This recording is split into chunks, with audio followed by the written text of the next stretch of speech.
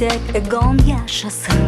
Korem çırayım kaçtı, hasret kucağım açtı. Beni gördün mü yoksa, dış kayraysın mı yoksa?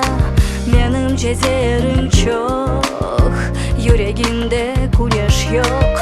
Gönlüm hasta olsa, topal olup kaynolsa, sana benim vaktim yok.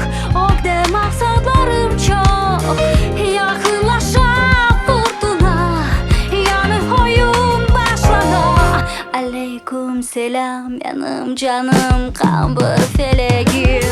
Sönmez yürekte ateş, bu ömür zalim güreş.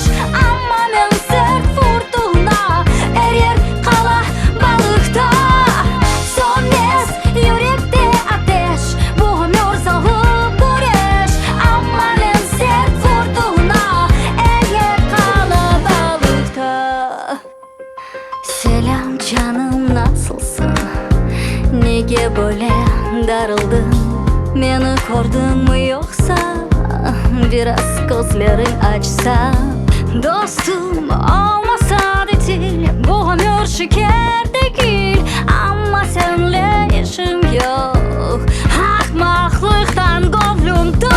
Benim yolum bu ilham, ilham perisi olam. Kederge yol vermeyeceğim, kara yerge girmeyeceğim.